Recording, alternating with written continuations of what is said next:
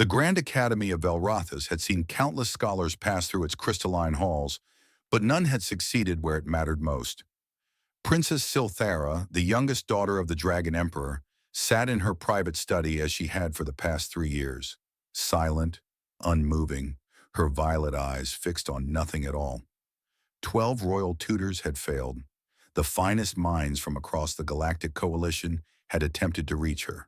Telepaths who could read thoughts across star systems, empaths who felt emotions like ocean currents, pedagogues whose students had revolutionized entire civilizations. Each had left defeated, unable to penetrate the walls the young dragon princess had built around herself. The incident had been tragic. A diplomatic vessel destroyed by pirates.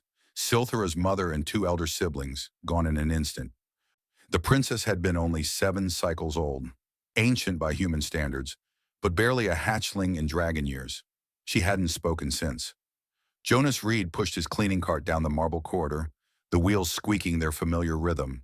He was an oddity at the academy, a human janitor among species that had mastered matter reorganization centuries ago.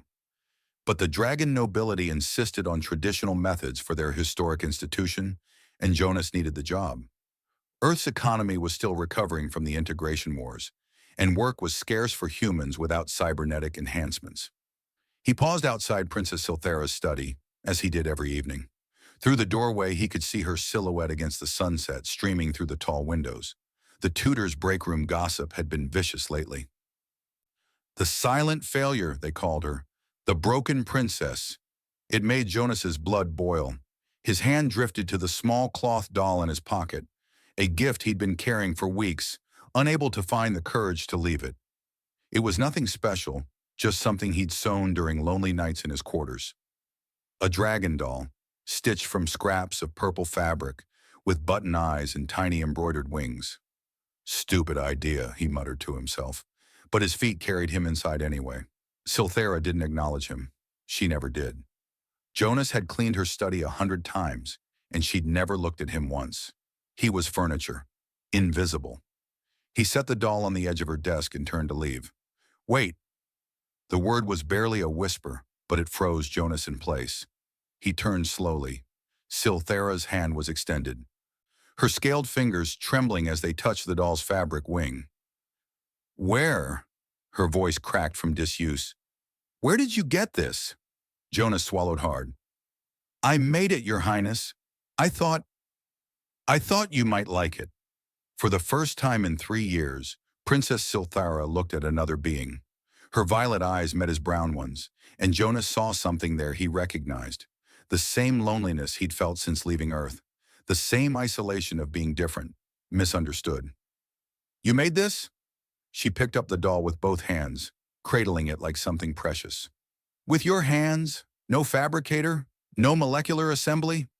Just needle and thread, Your Highness. The old way. A single tear traced down her scaled cheek. The tutors bring their credentials, their achievements, their advanced techniques. She held the doll to her chest. You bring something you made. Something real. Jonas knelt beside her chair. May I tell you something, Princess? She nodded, clutching the doll. When humans are sad, when we lose someone, we don't always want solutions. We don't need telepathy or empathy scans or advanced psychological frameworks. He pulled out his cleaning rag and, on impulse, fashioned it into a crude puppet. Sometimes we just need someone to sit with us, to be present without trying to fix everything. He made the rag puppet bow. When he spoke, his voice changed to something silly, childish. Hello, Princess Dragon. I am Sir Dustcloth, the bravest knight in all the cleaning closet. The corner of Silthara's mouth twitched, almost a smile. Encouraged, Jonas continued. He made the rag puppet dance, made it tell terrible jokes, made it interact with the dragon doll she held. And slowly, carefully, Princess Silthara began to play along. She made her doll talk back, hesitantly at first, then with growing confidence.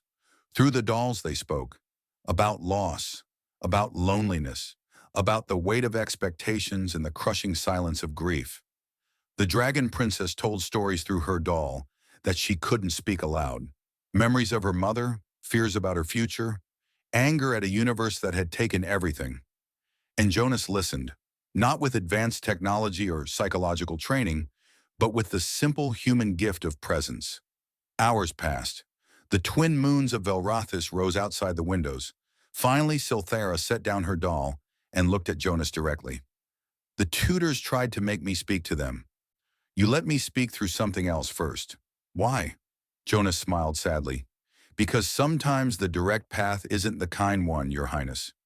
We humans learn that the hard way. We're not the strongest species or the smartest or the most advanced. But we've survived because we understand that healing isn't linear. Sometimes you need to take the long way around. Will you?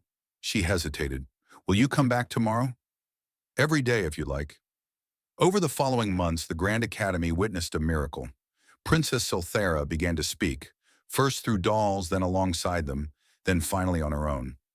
Jonas came each evening with his cleaning cart and his growing collection of handmade puppets. They acted out stories, processed emotions, built trust. The royal tutors were baffled. The human janitor had succeeded where they had failed, using nothing but scraps of cloth and patience. When asked by the Dragon Emperor himself to explain his methods, Jonas simply said, Your Majesty, humans aren't sophisticated. We can't read minds or sense emotions. So we learn to listen with our hearts instead. Sometimes that's enough. Princess Silthara stood beside him, no longer silent, her hand resting on his shoulder. More than enough, she said softly. More than enough. The human janitor and the dragon princess had taught the galaxy's greatest minds a simple truth. Sometimes the most advanced solution is the most human one. Presence, patience, and a willingness to meet someone where they are, even if that place is behind the safety of a cloth doll's button eyes.